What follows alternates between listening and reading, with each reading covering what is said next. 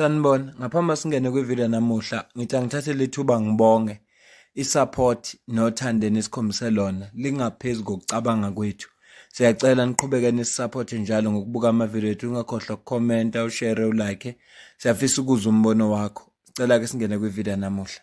Abukho ubugebengu obumukelekile noma ibuphi, kodwa kufike kuzwisa ubuhlungu ukuthi kungasuka umuntu eZimbabwe, eNigeria, eMozambique noma kuseSwatini la asuka khona ezokwenza ubugebengu eSouth Africa. Leyo nje ifike kuzwisa ubuhlungu ngoba ikuvezela ngokusobala ukuthi labantu abadeleli kuphela abantu base-South Africa, baphinde badelele ngisho imithetho yezwe lase-South Africa.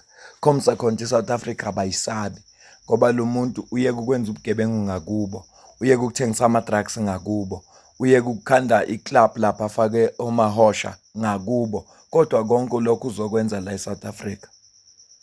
A 50-year-old Nigerian national was arrested in Nelspruit on the 9th of January 2026 for dealing and manufacturing drugs, following a law enforcement operation involving the White River K9 Unit, Tactical Response Team, and the Provincial Head Office Organized Crime Investigation Narcotic Unit. The arrest was based on intelligence received regarding the suspect's involvement in drugs activities.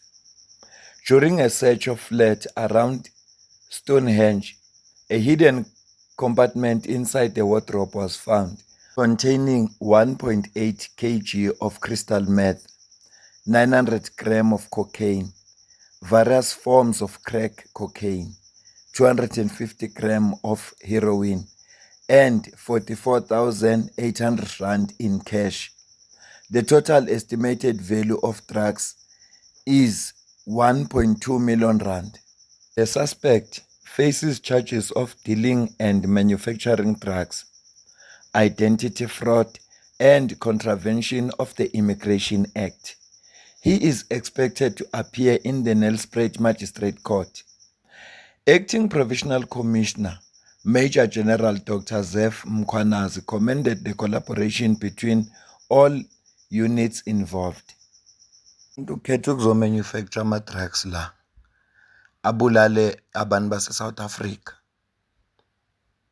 Ingakho ngithe ekuqaleni uma ngikhuluma ngathi umuntu osuke ezweni lakubo ezokwenza ubugebengu la usuke ekupruvela ukuthi akalisabi lezwe, uyaledelela, udelela izwe kanye nabantu bakhona, akubhanqe konke nomthetho wakhona. Ezinye zezinto ezibambezela intuthuko emphakathini esiphila kuyo ukutshontshwa kwamakhebuli noma ukwebiwa kwamakhebuli kagesi. Awu-imagine nje ugesi ukhona, uyasebenza, wonke umuntu ujabulile inogesi. Kuyabe kudlula amaviki amabili, ama-street light awasesebenzi, ebusuku sekumnyama. Le nkinga kade kuthiwa iyanqandwa ukuze kugwemeke ubugebengu, kukhanya abantu bazizwe bephephile ngoba kukhanya phandle, ayisenzeki ngoba sekumnyama phandle ngenxa yokuthi kunomuntu owebe amakhebuli. Sekufuneka manje kunokuthi kuthathwe imali kuqhutshekwe nezinye iy'nhlelo zokuthuthukisa umphakathi, sefuna kuphinde kuthengwe amanye amakhebuli futhi nasey'timeleni ngokunjalo. Uthola isitimela sahambi sesimile ngoba kutshontshwe ikhebuli. Ney'grebheyadi zibambisene kanye namaphoyisa zinomthelela ngoba yizona ezithenga le khebuli. Amaphoyisa-ke adlala enkulu indima lapho ngoba enza ukuthi kube lula for igrebheyadi ukuthi azithenge la amakhebuli, ngoba athi uma efika igrebheyadi bazinikeze okweshumi okuyi-percentage yabo, amaphoyisa adlule. Kanti kuba umthetho amaphoyisa awuqinisile, igrebheyadi bese ngeke ziyithathe ikhebuli, nalo yebayo bengakabe nasidingo ngoba akeze ukuba nandawo lapho azoyithengisa khona, kodwa hhayi eSouth Africa. 22 arrests were made within 24 hours for cable theft, possession of drugs, and illegal immigration. Criminals must never to be comfortable in our city, one by one. kusho uDr Nasiphi Moya umeya weCity of Tshwane.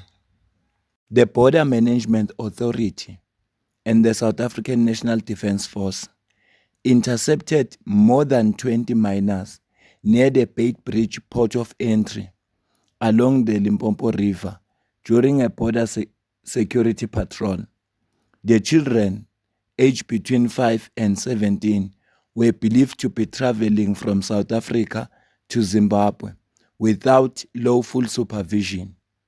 Officials found the miners in the company of 10 adults during routine border safeguarding operations aimed at preventing illegal crossings.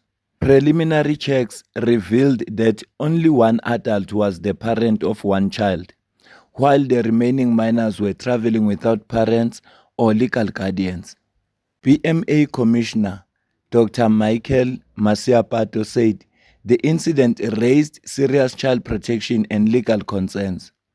He confirmed that all individuals were placed under the care of relevant authorities, with the BMA working alongside SAPS and the Department of Social Development to verify identities and to determine appropriate interventions.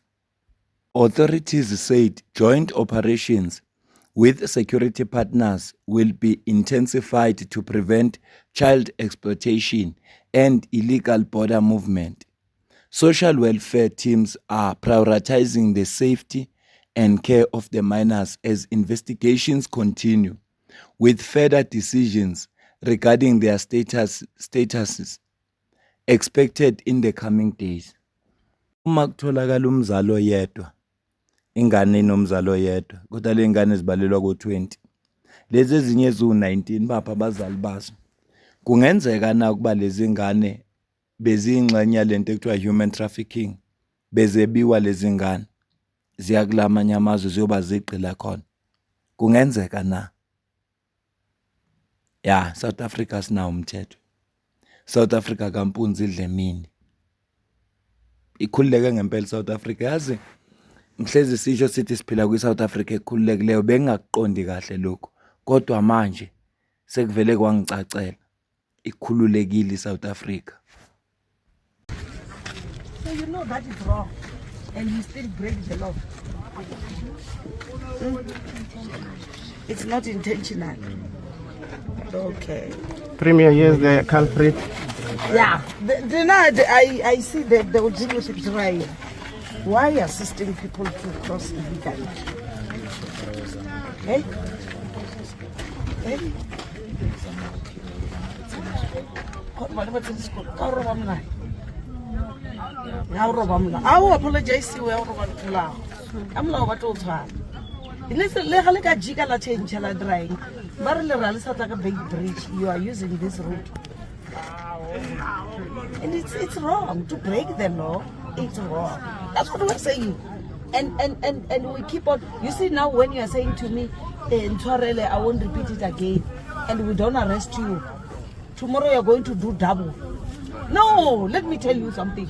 A criminal act is a criminal act. It's the same when, you see, I'm one of those people who are fighting our judges. When they give a rapist a bail, they grant a rapist a bail. The next day, he doesn't only rape, he rape and kill that victim so that that victim doesn't identify. And I'm the one who jump and say, if magistrate can tighten refusal bail, even yourself, I'm not going to allow an apology. There's no apology. You have broken the law, you must face the law. Where are the police and also these ones who are BMA, we have them again. Yeah, Border Management Authority, let's do our job. Those without papers, we know what to do.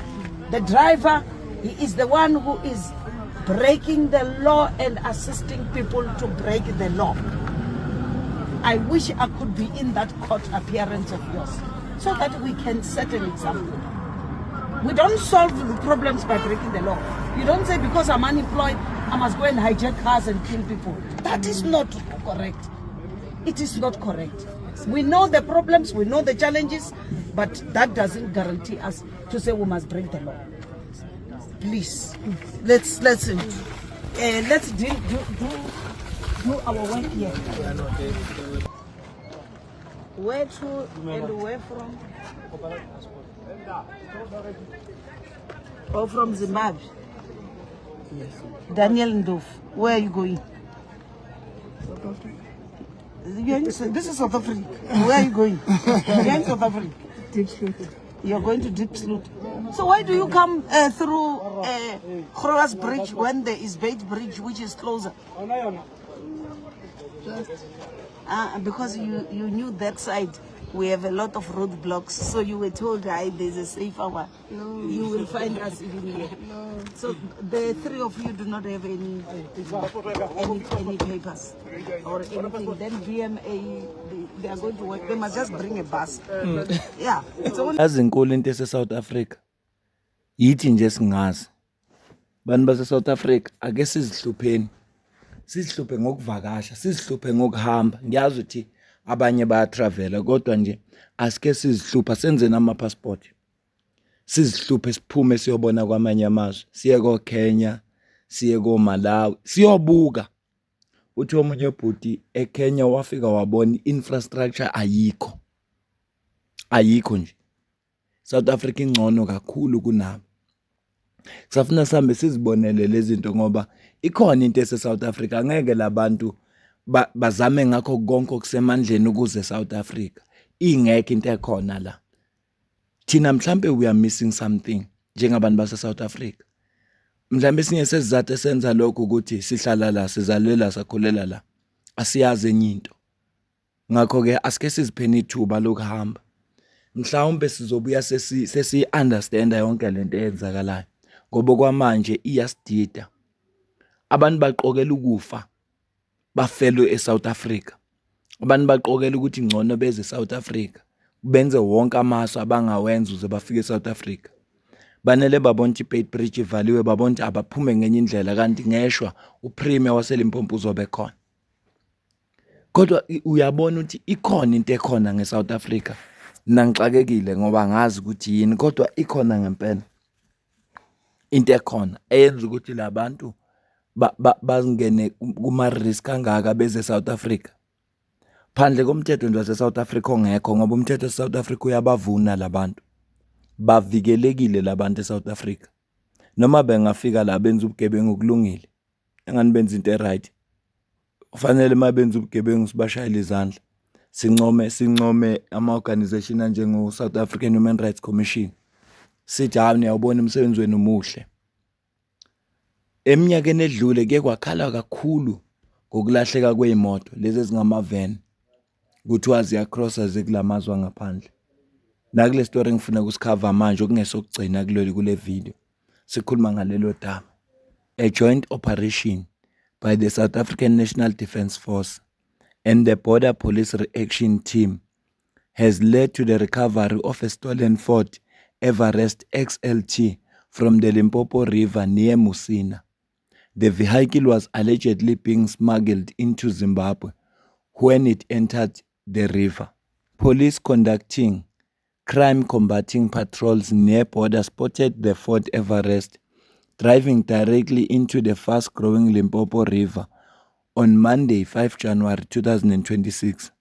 Officers then proceeded to Malala Road to request backup from SANDF members conducting vehicle control point operation in the area. Due to poor visibility and fading lights, the joint recovery operation was postponed until the morning of Tuesday, 6 January 2026. The scene was secured and guarded overnight. The following morning, the vehicle was successfully recovered from the river with assistance from civilian company.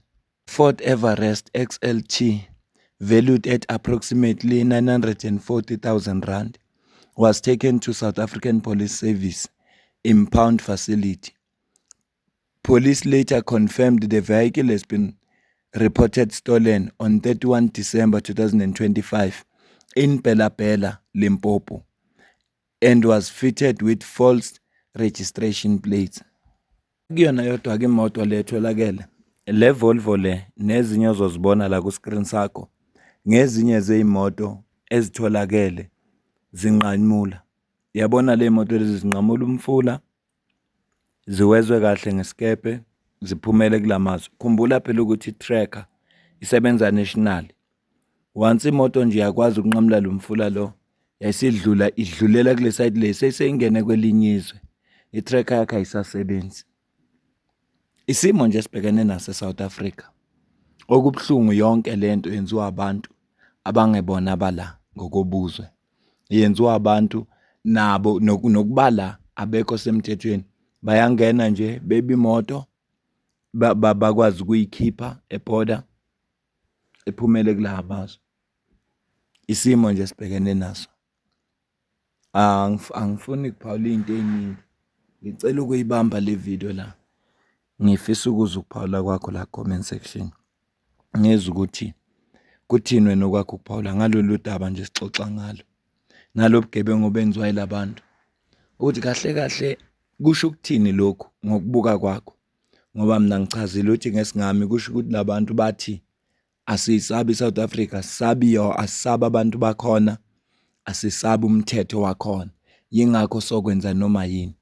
Ngoba phela mabeboshiwe kufuneka badeport. Bayazi ukuthi ngizothathwa ngibuyiselwe ekhaya. Uyabona nje nami ukube ngiwaseZimbabwe bekuzothi makushaya uKhisimusi ngihambe ngizibophise bangithathe mahala bangisekhaya bangideport. Bese makufika uJanuary ngizamisa lokubuya. Kulula kabi ukuya ekhaya. Awufani nawe mawuzoya ekhaya kufuneka kube nemali ucabanga ukuthi ufuna ukugibela amatheksi lana uhulumeni uzokuthatha mahala akudeport akuse ekhaya.